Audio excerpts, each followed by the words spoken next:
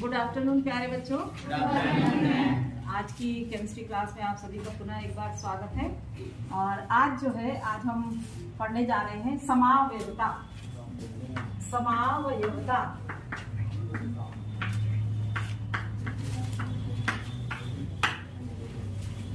समावयवता जिसको हम कहते हैं इंग्लिश में आइसोमेरिज्म।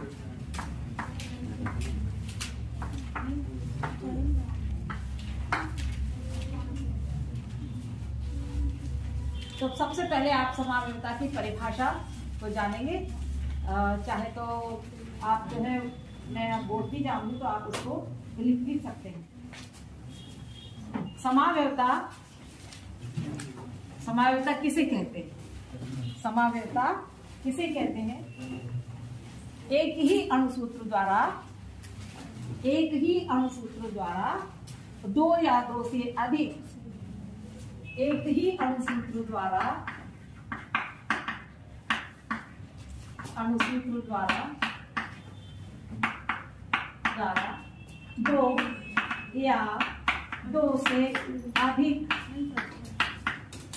दो या दो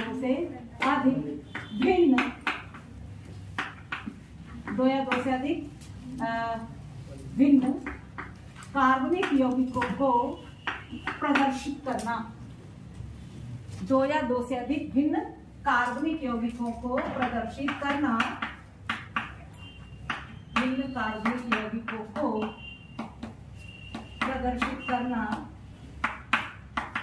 जिनके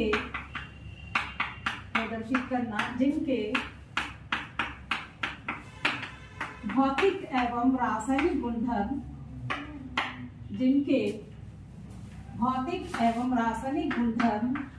भिन्न होते हैं। भौतिक एवं रासायनिक गुणधर्म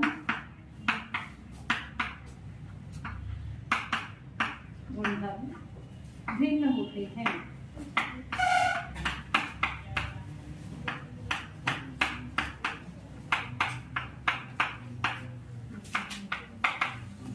क्या कहा मैंने? एक ही अणुसूत्र द्वारा दो से अधिक भिन्न कार्बनिक यौगिकों को प्रदर्शित करना जिनके भौतिक एवं रासायनिक गुणधर्म भिन्न होते हैं, समावयवता कहलाता है। यह घटना क्या है? समावयवता कहलाती है। और उसके जो दोनों भिन्न कार्बनिक यौगिक हैं जिन्हें हम एक ही अणुसूत्र द्वारा प्रदर्शित कर रहे हैं वे कहलाएंगे आपके समावयवी। क्या कहलाएंगे? वो समावयवी, जिनको हम इंग्लिश में कहते हैं आइसोमर्स। उदाहरण के तौर पर जैसे मैंने लिया C2H6O, ये हमारा अणुसूत्र है C2H6O। C2H6O द्वारा हम दो भिन्न कार्बनिक यौगिकों को प्रदर्शित कर सकते हैं। जैसे पहला मैंने कहा CH3O CH3, ये हमारा क्या है? ईथर है। ये क्या है? हमारा ईथर है, डायमेथिल ईथर CH3O CH3। इसका IUPAC नेम क्या है? मेथॉक्सीमेथेन। क्या नाम है इसका? मेथॉक्सीमेथेन।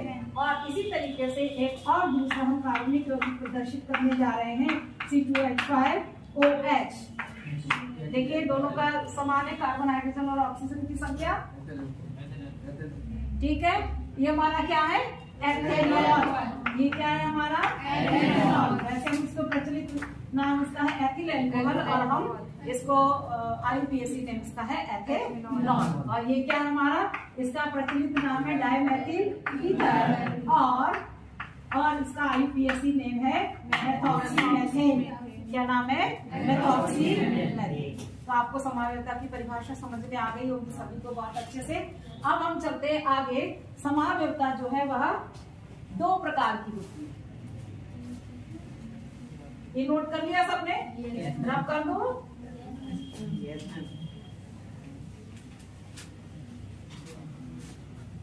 ये बिल्कुल जो इसमें लिखवा के जाओ आप उसको नोट करके चलिए। तो समावयवता जो है वह दो प्रकार की, एक सबसे पहला है हमने कहा संरचनात्मक समावयवता और दूसरा है हमारा त्रिविम समावयवता। सबसे पहला क्या है हमारा? संरचनात्मक समावयवता यानी स्ट्रक्चरल समावयवता, संरचनात्मक समावयवता। और दूसरा है हमारा त्रिविम समावयवता यानी स्टीरियो आइसोमेरिज्म। त्रिविम स्पेस में त्रिविम समावयवता। संरचनात्मक समावयवता देखिए कितने प्रकार की है संरचनात्मक समावयवता। सबसे पहले मैंने कहा संरचनात्मक समावयवता के कई सारे प्रकार हैं। जैसे सबसे पहला है श्रृंखला समावयवता। कौन सी समावयवता? श्रृंखला समावयवता, स्थिति समावयवता, क्रियात्मक समूह समावयवता। इस सबके आगे समावयवता शब्द और जोड़ते जाइए आप, है ना। मैं शॉर्ट में लिखी श्रृंखला समावयवता, स्थिति समावयवता, क्रियात्मक समूह समावयवता, वलय श्रृंखला समावयवता। कौन सी? वलय श्रृंखला समावयवता। अगला है हमारा मध्यावयवता, मेटामेरिज्म जिसको हम कहते हैं। और अगला प्रकार है चलावयवता, लास्ट टॉटोमेरिज्म जिसे हम कहते हैं। अब देखिए आप लोग क्या लिखते हैं, आप लोग पूरा सही नहीं लिखते। समावयवता होता है, 2 बार वह है समावयवता। समावयवता यव किसे कहते हैं? यव किसे कहते हैं? यव यव यव यव कहते हैं जौ को। जौ जानते हैं ना, पूजा में आप सबने देखे ना जौ यूज किए जाते हैं। हाँ, तो वो होते हैं आपके, उसको हम कहते हैं यव, है ना, यव का चिन्ह जौ। ठीक। अब त्रिविम समावयवता भी जो है, त्रिविम समावयवता के भी 2 प्रकार हैं, विन्यासी समावयवता और समरूपीय समावयवता। विन्यासी समावयवता और समरूपी समावयवता।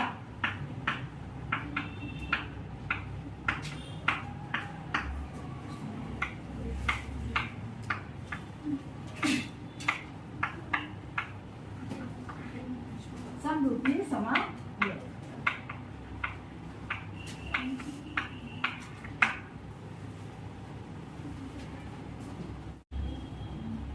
तो संरचनात्मक समावयवता क्या होती है कि इसमें समावयवों के संरचनात्मक सूत्र जो होते हैं वो भिन्न होते हैं।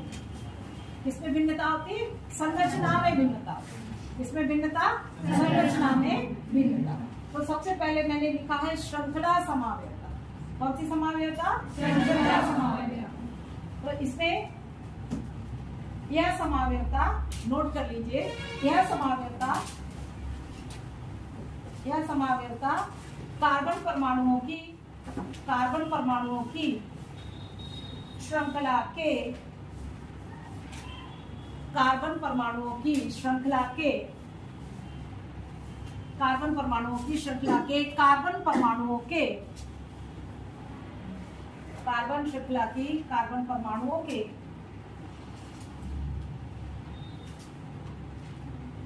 कार्बन परमाणुओं की श्रृंखला के कार्बन परमाणुओं के आपस में विभिन्न प्रकार से जुड़ने के कारण आपस में विभिन्न प्रकार से जुड़ने के कारण उत्पन्न होती है। विभिन्न प्रकार से जुड़ने के कारण उत्पन्न होती है। जैसे उदाहरण आप देखेंगे, उदाहरण के तौर पे हम लेते हैं, इसको रब कर दूं मैं, है ना।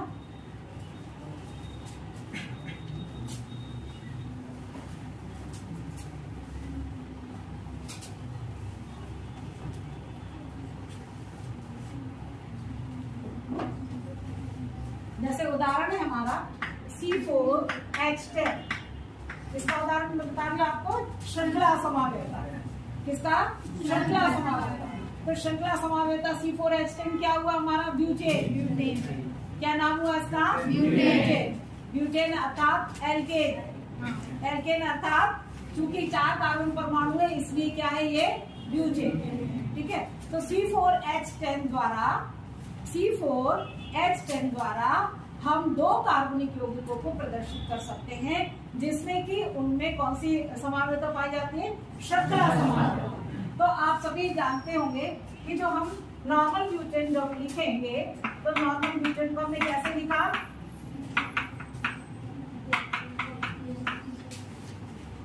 ये क्या हो गया हमारा? नॉर्मल ब्यूटेन हो गया। आप इसको काउंट कर लीजिए, 4 कार्बन परमाणु है और हाइड्रोजन परमाणु भी कितने हो गए आपके? हाइड्रोजन परमाणु 10 हो गए है ना। हाइड्रोजन परमाणु कितने हो गए? 10। तो ये हमारा क्या कहलाता है? ये हमारा कहलाता है नॉर्मल म्यूचुअल। क्या कहलाएगा ये? Normal mutual. जो हमारी सीधी श्रृंखला है वो हम उसके आगे हम जोड़ते हैं नॉर्मल। ठीक है, तो ये हमारा क्या हुआ? Normal mutual. और इसी तरीके से एक और इसका दूसरा समावेशी है जिसका नाम है हमारा आइसोब्यूटेन। क्या नाम होगा इसका? आइसोब्यूटेन। आइसो क्यों कह रहे हैं हम? आइसो क्यों कह रहे हैं हम, बताइए? क्योंकि इसमें एक मैथिल ग्रुप जो है वह अलग से श्रृंखला के रूप में जुड़ा हुआ है, इसलिए इस प्रकार की समावेशता को हम कहते हैं श्रृंखला समावेशता। कौन सी समावेशता?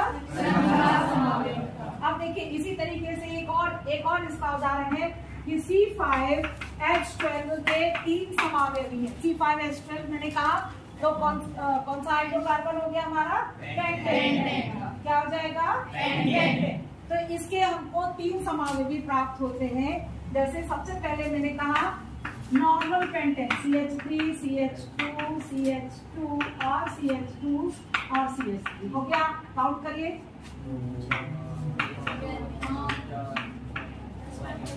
ठीक है ना। तो ये हमने ये किसका हो गया? ये नॉर्मल पेंटेन। सीधा सीधा हमने जो है पेंटेन का सूत्र इसमें लिख दिया। इसमें कोई शाखा नहीं है, इसलिए हम इसको कह रहे हैं नॉर्मल पेंटेन। क्या कह रहे हैं उसको? Normal pentane. इसी तरीके से दूसरा एक और उदाहरण हम देखते हैं। देखिए जरा, हो गए इसके पूरे कार्बन और हाइड्रोजन कंप्लीट है। देखिए जरा, देखिए काउंट करिए। C5H12 है कि नहीं है? हो गए ना। ये क्या हो गया हमारा? इसका क्या नाम है? आइसोपेंटेन। जो शाखा वाला है वो क्या हो जाएगा? उसके आगे हम आइसो जोड़ देते हैं। क्या जोड़ देते हैं हम? आइसो जोड़ देते हैं। तो नॉर्मल पेंटेन हो गया और आइसोपेंटेन हो गया। और अगला जो है हमारा इसका एक और समावेशी है जिसे हम कहते हैं नियोपेंटेन। क्या कहेंगे हम इसको? नियोपेंटेन। नियोपेंटेन का सूत्र देखिए किस तरीके से होगा। चारों तरफ जो है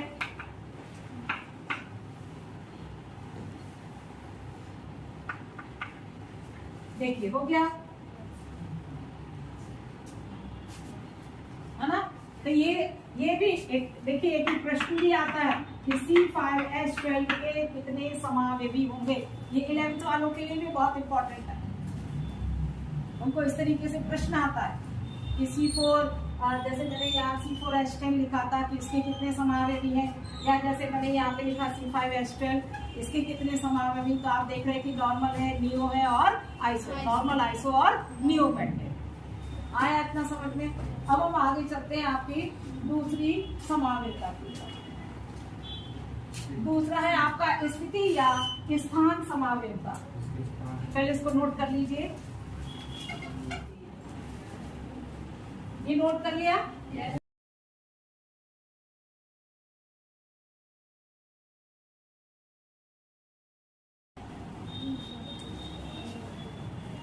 दूसरा समावेशता का प्रकार हमने क्या लिखा था? स्थिति समावेशता।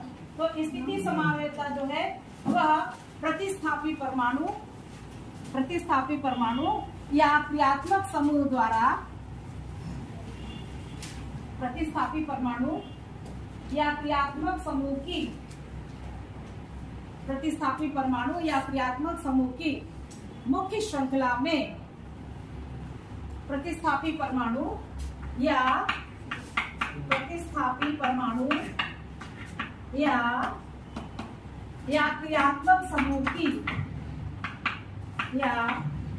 क्रियात्मक समूह की श्रृंखला में विभिन्न स्थिति के कारण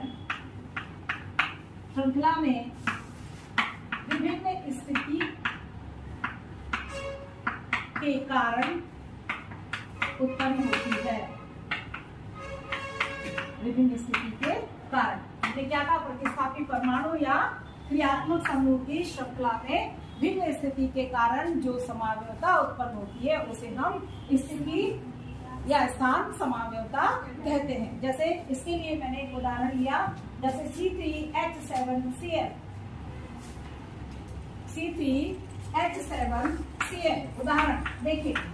C3H7Cl कहा तो ये हमारा कौन सा समूह है? प्रोपिल समूह। प्रोपेन का सूत्र कितना होता है? C3H8, 1 हाइड्रोजन रिप्लेस होकर के क्या जुड़ा हुआ है यहाँ पे? क्लोरीन परमाणु जुड़ा। तो इसका क्या नाम हो गया? Propyl chloride. क्या नाम हुआ? Propyl chloride. अब इसका सूत्र लिखिए, CH3 CH2 CH2 हो गया, C3H7Cl। ये हमारा क्या हो गया? Normal propyl chloride. क्या हुआ ये? Normal propyl chloride. सीधा सीधा शाखा में ही है, कोई अलग से शाखा नहीं है। जो मुख्य श्रृंखला है उसी में हमारा प्रतिस्थापी परमाणु अर्थात क्लोरीन यहाँ पर उपस्थित है। इसी तरीके से इसका दूसरा उदाहरण होगा हमारा CH3 CH3 और यहाँ पर लगा हुआ है Cl। इसका क्या नाम हो जाएगा? आइसोप्रोपिल। क्या हो जाएगा इसका? Isopropyl chloride. Isopropyl chloride. समझ में आया सबको? C3H7Cl इसके कारण उपस्थित प्रतिस्थापी परमाणु या क्रियात्मक समूह की श्रृंखला में विभिन्न स्थिति के कारण जो समावयवता उत्पन्न होती है उसे हम स्थिति या स्थान समावयवता कहते हैं। उदाहरण के लिए C3H7Cl जिसके द्वारा हम नॉर्मल प्रोपिल क्लोराइड को भी प्रदर्शित कर रहे हैं और हम आइसोप्रोपिल क्लोराइड को भी प्रदर्शित कर सकते हैं। नॉर्मल और आइसो दोनों एक दूसरे के समावयवी। ठीक है, आगे समझ में स्थिति या स्थान समावयवता। अब देखिए, जैसे एक और उन्होंने दिया है C8H10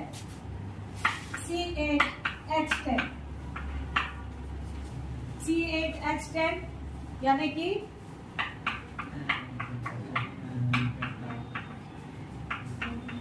क्या नाम है इसका? आर्थोजाइलिन। क्या नाम है इसका? आर्थोजाइलिन। एक और इसका,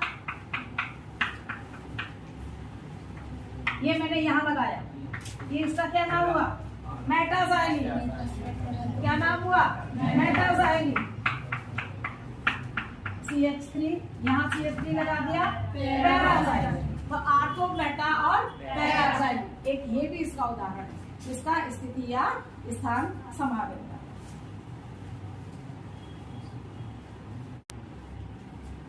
इसी तरीके से आप इसका एक और उदाहरण देख सकते हैं। जैसे मैंने लिखा C3H7OH, यानी कि क्या है? Propyl alcohol. कौन सा अल्कोहल है? Propyl alcohol. CH3 CH2 CH2OH। एक तो ये हो गया नॉर्मल प्रोपिल अल्कोहल। क्या हो गया ये? Normal propyl alcohol. दूसरा क्या हो जाएगा? Isopropyl alcohol. दूसरा क्या होगा? Isopropyl alcohol. तो आइसोप्रोपिल अल्कोहल क्या हो जाएगा? ये इसका यहाँ लिख देती हूँ मैं, CH3 CH3 ये दोनों, ये और ये दोनों एक दूसरे के समावयवी। ये क्या नाम है इसका? आइसोप्रोपिल अल्कोहल या आइसोप्रोपेनॉल। क्या होगा? प्रोपेनॉल। आर्थोजाइलिन, मेटाजाइलिन और पैराजाइलिन। आर्थो, मेटा और पैराजाइलिन। ठीक। अब देखिए, अब हम इसके बाद अगला जो है, अगला प्रकार है उसका वलय श्रृंखला समावयवता। कौन सी समावयवता? वलय श्रृंखला। ये दो समावयवता आपको समझ में आई अच्छे से सभी को, है ना? अब तीसरा हम चलते हैं रिंग चेन आइसोमेरिज्म या हम वलय श्रृंखला समावयवता। जैसे इसमें हम ये कहते हैं कि इस प्रकार की समावयवता में एल्केन, एल्कीन और एल्काइल चक्रीय यौगिकों के साथ समावयवता प्रदर्शित करते हैं। कौन सी समावयवता? हमने कौन सी समावयवता कही है? वलय श्रृंखला समावयवता। कौन सी समावयवता? वलय श्रृंखला समावयवता। अब हम ये आगे चल रहे हैं, इसको रब कर दूं? नोट कर लिया सबने?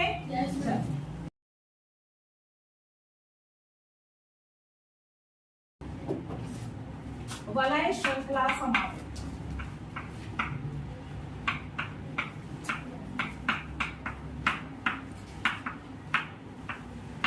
फिर क्या रहा इसमें एल्केन, एल्कीन और एल्काइल्स जो है वो चक्रीय यौगिकों के साथ में समानता प्रदर्शित करते हैं। कौन सी समानता? वलय श्रृंखला समानता। तो वलय श्रृंखला समानता में जैसे मैं बात करती हूँ कि मुझे एक एल्कीन का उदाहरण दीजिए। एल्कीन जैसे मैंने कहा प्रोपिलीन, क्या सूत्र होगा प्रोपिलीन का? केवल अणुसूत्र बता दीजिए मुझे। प्रोपिलीन, एल्केन, एल्कीन और एल्काइन। प्रोपिलीन कहा तो कितना? C3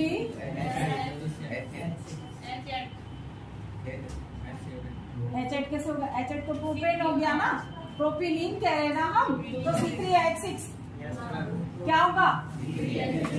रामपाल की तारीफ, क्लैपिंग कीजिए भाई। ये हमारा क्या हुआ? ये प्रोपिलीन हुआ। हम बार बार कह रहे हैं कि एल्केन, एल्कीन और एल्काइन। तो एल्केन से 2 हाइड्रोजन कम एल्कीन में और एल्कीन से भी 2 हाइड्रोजन कम एल्काइन में। हमने कहा प्रोपेन, प्रोपिलीन और प्रोपाइन। प्रोपेन, प्रोपिलीन और प्रोपाइन। प्रोपाइन का तो क्या हो जाएगा? C3H4। Very good, C3H4। और भी ज्यादा उसमें 2 हाइड्रोजन कम हो जाएंगे। प्रोपेन हमारा C3H8, प्रोपिलीन हमारा C3H6 और प्रोपाइन हमारा C3H4। गलती तो नहीं होगी अब आगे? नहीं होगी ना? तो ये जो है हमने कहा ये प्रोपिलीन, ये किसके साथ में समानता प्रदर्शित कर रहा है? ये साइक्लोहेक्सेन के साथ समानता प्रदर्शित। किसके साथ? साइक्लोहेक्सेन। हमने कहा जिसमें एल्केन, एल्कीन और एल्काइन चक्रीय यौगिकों के साथ समानता प्रदर्शित करते हैं वो हमारी कौन सी समानता? वलय श्रृंखला समानता। तो प्रोपिलीन जो है किसके साथ में समानता प्रदर्शित कर रहा है? साइक्लोहेक्सेन।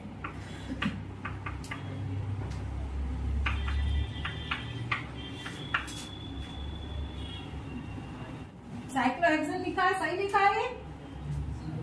हेक्सेन का क्या मतलब होता है? 6 कार्बन। फिर ये क्या होगा? 3 कार्बन है। प्रोपेन क्या होगा यहाँ पे? Propane, cyclopropane. हेक्सेन कहते तो हमें सीधा सीधा बेंजीन रिंग बनाते ना, समझिए, है ना।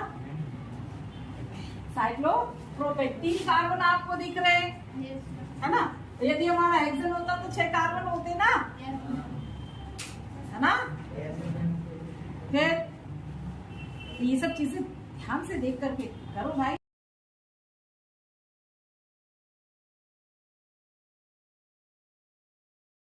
हमने जहां कहा मीथेन, ईथेन, प्रोपेन, ब्यूटेन, आपको इनके फॉर्मूले याद होने चाहिए जिससे आप भ्रमित ना हो। बार बार हम आपको कह रहे, हम देखते कि हर बार जो है कहीं ना कहीं बच्चा एल्केन, एल्कीन, एल्काइन में अटक जा रहा है। तो हमें वो नहीं अटकना है, समझे ना। हाँ, चलिए आगे चलते हैं। अगला क्रियात्मक समावेश। अगला कौन सा हमारा? क्रियात्मक समूह समावेश। क्रियात्मक समूह इसको रब कर दूं मैं। क्रियात्मक समूह समावेशता कहा तो क्या होगा इसमें? सीधा सीधा जैसा कि शब्द से स्पष्ट है, क्रियात्मक समूह अलग अलग होंगे। इसका अभी मैंने सबसे पहले आपको एक उदाहरण लिखकर दिखाया था, C2H6O वाला लिखा था। इसमें हम क्या देख रहे थे कि एक हमारा इसमें ईथर था और दूसरा हमारा एल्कोहल था। क्या था हमारा दूसरा? एथेनॉल और ईथर, जबकि दोनों में क्रियात्मक समूह अलग है। इसका क्या ROR और इसका क्या है ROH। इसमें एल्कोहल समूह है और उसमें हमने इसका उदाहरण लिखा है CH3 और CH3 मेथॉक्सीमेथेन, है ना। यानी कि किसमें भिन्नता है? इसमें क्रियात्मक समूह। एक ये उदाहरण हो गया C2H6O। एक और उदाहरण मैं आपको देती हूँ।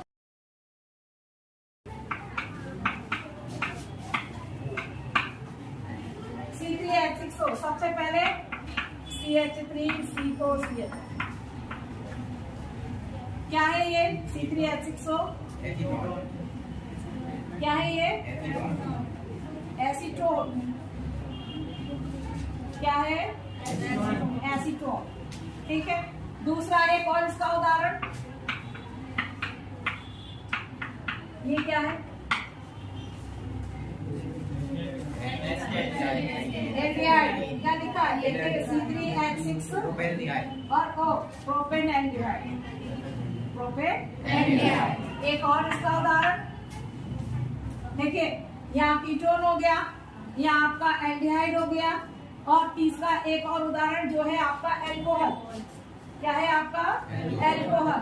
जैसे मैंने लिखा CH2 डबल बॉन्ड CH और CH2OH एनिल alcohol. CH2 double bond CH CH2OH देखिए 3 कार्बन है, हाइड्रोजन देखिए, हाइड्रोजन देखिए कितना है ना 6 यस, ये 3 हो जाएगा। इसका लिख लीजिए एनिल एल्कोहल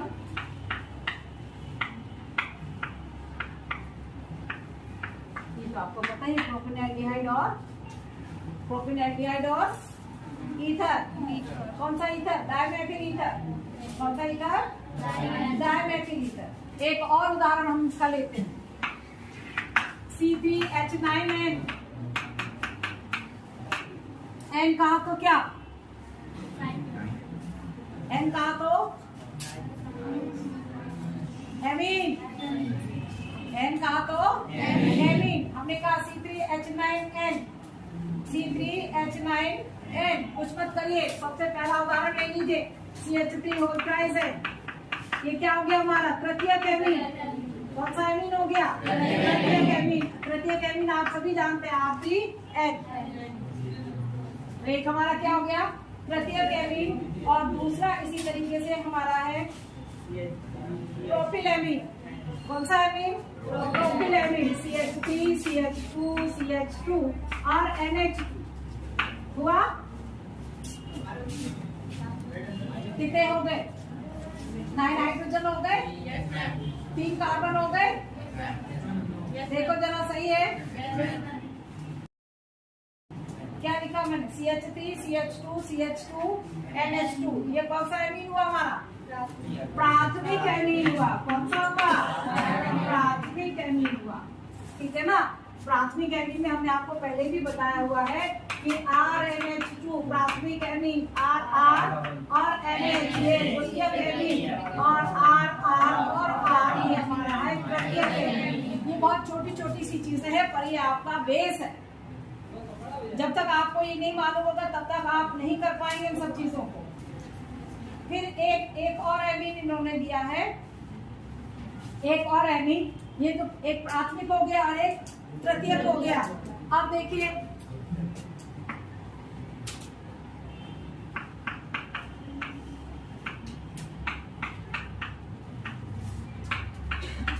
ये कौन सा एमीन हो गया बताइए? ये तृतीयक एमीन हो गया। तो आप देख रहे हैं कि हम एक सूत्र के द्वारा 3 एमीन को प्रदर्शित कर पा रहे। द्वितीयक एमीन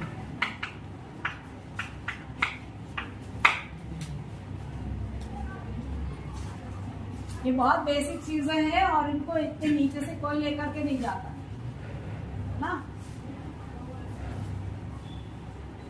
समझ में तो आ रहा है ना सबको? yes, आ रहा है? yes. तो C3H9N द्वारा हम 3 आपके कार्बनिक यौगिकों को प्रदर्शित कर सकते हैं, जिसमें हम कह रहे हैं, जिसमें हमने सबसे पहला एक सबसे सरल लिख दिया आपको तृतीयक एमीन, फिर मैंने लिखा प्राथमिक एमीन और मैंने लिखा द्वितीयक एमीन। द्वितीयक एमीन में देख रहे हैं कि दोनों एल्किल समूह जो है वो अलग अलग है। एक हमारा मैथिल समूह है, दूसरा हमारा एथिल समूह है। और यहाँ पर क्या आएगा? NH। इसको हम कैसे लिखते हैं ये भी मैंने आपको यहाँ पर बता दिया है ना। इससे पहले भी हम पूर्व में पढ़ चुके हैं सब चीजों को। ये तो आपका रिवीजन चल रहा है। तो मुझे लगता है कि आपको क्रियात्मक समावेशिता आपको बहुत अच्छे से समझ में आ गई होगी, है ना। अब है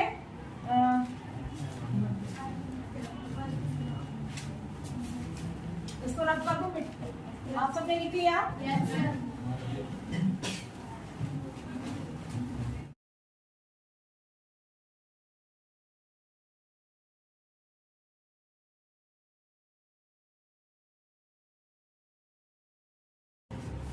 तो देखिए मध्यावयवता। अब अगला प्रकार क्या है हमारा? मेटाबैरिज्म। मध्यावयवता।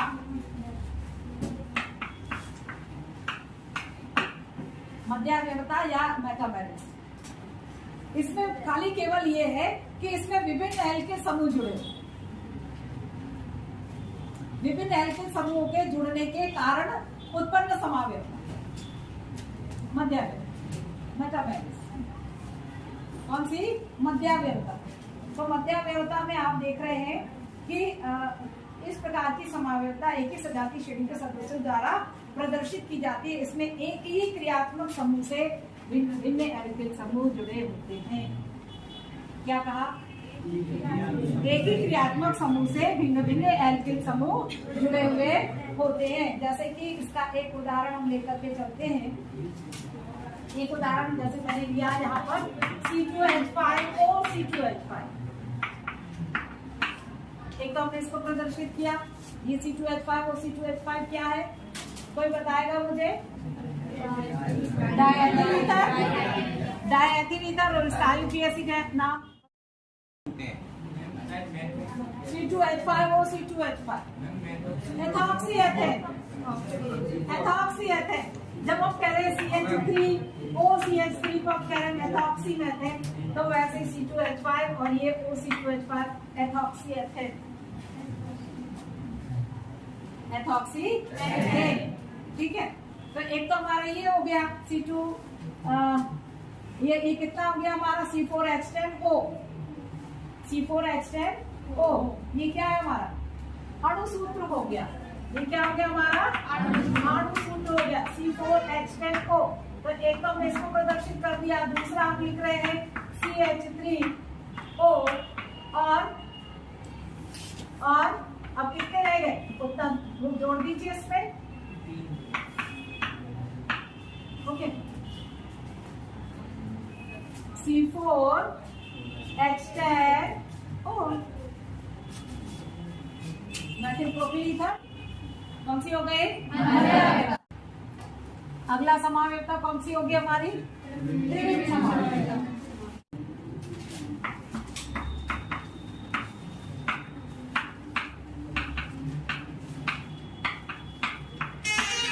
स्टीरियो आइसोमेरिक्स है ना। त्रिविध समावयवता में भी कौन सा पढ़ने जा रहे हैं हम? ज्यामितीय समावयवता। कौन सी समावयवता? ज्यामितीय अर्थात जियोमेट्रिकल आइसोमेरिक्स, जिसमें आप सभी ने पढ़ते आए हो। आप 11th में भी आपने पढ़ा होगा कि सिस और ट्रांस समावेदी होते हैं। ये किसमें होती है? ज्यामितीय समावयवता किसमें पाई जाती है? हाँ, ज्यामितीय समावयवता जो है वह आपके सीधे उसमें हम बात करें तो जिनमें डबल बॉन्ड उपस्थित होता है, द्विबंध से जुड़े हुए भिन्न समूहों के कारण ये उत्पन्न होती है। कौन सी समावयवता? ज्यामितीय समावयवता। द्विबंध से जुड़े हुए कार्बन परमाणुओं के साथ दो भिन्न समूह या परमाणुओं के जुड़े रहने के कारण, दो भिन्न समूहों या परमाणुओं के जुड़े रहने के कारण कौन सी समावयवता उत्पन्न होती है? ज्यामितीय समावयवता। ज्यामितीय समावयवता में हम कहते हैं इसमें दोनों समावेदियों को नाम दिए जाते हैं सिस और ट्रांस समावेदी। सिस समावेदी की यदि हम बात करते हैं तो हम लिखते हैं जहां पर, जिसमें हम कह रहे हैं कि दोनों तरफ समान परमाणु जब उपस्थित होते हैं तब वह हमारा समपक्ष रूप होता है। कौन सा रूप होता है? समपक्ष, अर्थात सिस को हम कहते हैं समपक्ष। सी डबल बॉन्ड सी आगे जो मैंने कहा द्विबंध से जुड़ेंगे भिन्न कार्बन परमाणु, द्विबंध से जुड़े कार्बन परमाणुओं पर भिन्न परमाणु या भिन्न क्रियात्मक समूहों के जुड़े होने के कारण उत्पन्न समावयवता ज्यामितीय समावयवता कहलाती है। तो सी डबल बॉन्ड सी जो मैंने यहाँ पर लिखा हुआ है, अब इसमें आप देख रहे हैं कि यदि यहाँ पर ए है और यहाँ पर भी ए है और यहाँ बी है तो यहाँ पर भी बी है, तो यानी कि कौन सा समावेदी है? सिस समावेदी है। और यदि हम ट्रांस समावेदी की बात करें तो हम इसमें देखते हैं यदि यहाँ पर ए है तो ए यहाँ पर है और बी यहाँ है तो बी यहाँ पर है। तो ये हमारा ट्रांस, ये समपक्ष और ये हमारा विपक्ष समावेदी कहलाता है। तो आप जैसे मैंने अभी एक पॉइंट लिखवाया था इससे पहले समावयवता का कि मध्यावयवता जो है वो कीटोन में और क्या बताया था ईथर में, और एक और क्या चीज द्वितीयक एमीन में पाई जाती है। वैसे ही आप इसके लिए मान के चलिए जहाँ डबल बॉन्ड होगा, डबल बॉन्ड से भिन्न परमाणुओं के जुड़े होने के कारण, डबल बॉन्ड से जुड़े जो कार्बन परमाणु है उनसे जुड़े हुए भिन्न परमाणुओं या क्रियात्मक समूहों की भिन्नता के कारण उत्पन्न समावयवी हमारे ज्यामितीय समावयवी या सिस और ट्रांस, जहाँ पर दोनों एक तरफ एक जैसे परमाणु है वो हमारा सिस समावयवी है। जहाँ पर दोनों अलग अलग परमाणु या क्रियात्मक समूह जुड़ा हुआ है वहाँ पर ट्रांस समावयवी है, विपक्ष समावयवी कहलाता है। और इसके पश्चात जो है प्रकाशिक समावयवता, जो एक और प्रकार है आपका इसी का त्रिविम का, उसके बारे में मैं आपको काफी कुछ पहले बता भी चुकी हूँ और आप कहते हैं तो मैं आपको पुनः इसको प्रकाशिक समावयवता भी आपको पुनः एक बार रिपीट कर देती हूँ। ये सबने नोट कर लिया, रख कर दूं मैं? Yes sir. तो प्रकाशिक समावयवता मैंने कहा कि प्रकाशिक समावयवता में मैं पहले आपको नोट भी करा चुकी, समतल ध्रुवित प्रकाश के तल को घुमा देने की क्षमता रखने वाले कार्बनिक यौगिकों के विलयन जो है वह आपके प्रकाशिक समावयवी, समतल ध्रुवित प्रकाश के तल को घुमा देने की क्षमता रखने वाले कार्बनिक यौगिकों के विलयन प्रकाशिक सक्रियता प्रदर्शित करते हैं। और इन्हें हम क्या कहते हैं? ध्रुवण घूर्णक भी कहते हैं, है ना। जो समतल ध्रुवित प्रकाश के तल को दाईं ओर घुमा देता है वो हमारा कहलाता है दक्षिणावर्ती घूर्णक, जिसको हम कहते हैं डेक्स्ट्रो रोटेटरी। ये हम आपको पहले बता चुके हैं। वेरी गुड, बड़ी अच्छी बात है कि बच्चे रिपीट कर पा रहे हैं इस चीज को। तो दक्षिणावर्ती घूर्णक और जो हमारे समतल ध्रुवित प्रकाश के तल को बाईं ओर घुमा देने की क्षमता रखते हैं उन्हें हम वामावर्ती घूर्णक कहते हैं। वामावर्ती घूर्णक अर्थात लिबोरोटेटरी, इसको हम डी प्लस से भी प्रदर्शित करते हैं, हम इसको L- से प्रदर्शित करते हैं। कभी कभी जो है आप ऐसे भी देख सकते हैं, ऐसा लिखा हुआ भी। और जब इनका 50% डी और प्लस 50% L का जो मिश्रण होता है वह हमारा होता है रैसिनिक मिश्रण। और रैसिनिक मिश्रण जो होता है वह हमारा अक्रिय होता है, वह प्रकाशिक रूप से अक्रिय होता है, मतलब वो प्रकाशिक सक्रियता को प्रदर्शित नहीं करता। प्रकाशिक सक्रियता को प्रदर्शित करने का कारण इसमें कीरल कार्बन का उपस्थित होना है। किसका उपस्थित होना है? कीरल कार्बन परमाणु का उपस्थित होना है। और कीरल कार्बन परमाणु क्या होता है उसको आप देख लें। जैसे मैंने यहाँ लिखा CH3, यहाँ H और यहाँ OH और यहाँ COOH। आप देख रहे होंगे कि चारों जो समूह हैं कार्बन से जुड़े हुए, चारों ही समूह भिन्न हैं। तो इस प्रकार के कार्बन को हम कहते हैं कीरल कार्बन परमाणु। तो कीरल कार्बन परमाणु का उपस्थित होना अति अनिवार्य है। इसके कारण किसके लिए? प्रकाशिक समावयवता प्रदर्शित करने हेतु।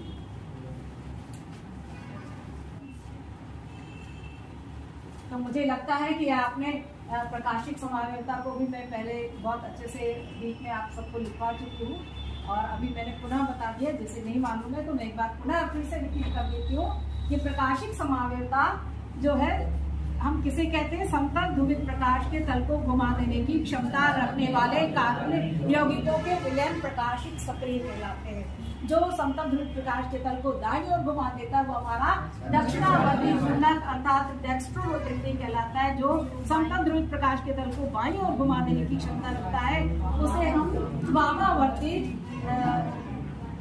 ध्रुवण घूर्णक भी कह सकते हैं, ध्रुवण घूर्णक कहते हैं। और डी और एल का मिश्रण जो है हमारा 50% डी और 50% एल का मिश्रण रैसिनिक मिश्रण है, जो कि प्रकाशिक रूप से अक्रिय होता है।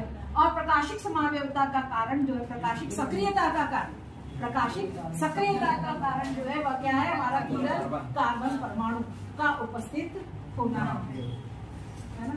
और इसके उदाहरण ये जो दक्षिणावर्ती घूर्णक का उदाहरण मैंने आपको बताया था डेक्स्ट्रोज, डेक्स्ट्रोज अर्थात फ्रुक्टोज। डेक्स्ट्रोज कौन है? हमारा फ्रुक्टोज। और लीवोरोटेटरी अर्थात हमारा कौन है? लेब्यूलोज। लेब्यूलोज हम किसको कहते हैं? ग्लूकोज। किसको कहते हैं? ग्लूकोज। तो मुझे लगता है कि आपको ये सब चीजें बहुत अच्छे से समझ में आ गई होंगी, है ना। तो आपकी क्लास को यही समाप्त करूं। मैं आप सबसे एक बात और कहना चाहूंगी कि आप सभी जो है आप सभी में परमात्मा का अंश विद्यमान है। जैसा कि मैंने आज सुबह भी प्रेयर में कहा था, परमात्मा का अंश विद्यमान है, इसलिए आप हर कार्य को करने में समर्थ हैं। आपके लिए कोई भी कार्य असंभव नहीं है। तो प्लीज अपनी दृढ़ इच्छा शक्ति रखिए, अब सतत अभ्यास कीजिए और सतत प्रयास करते रहिए अपने लक्ष्य को पाने के लिए। इसी के साथ आपकी क्लास आज यहीं पर समाप्त होगी। धन्यवाद।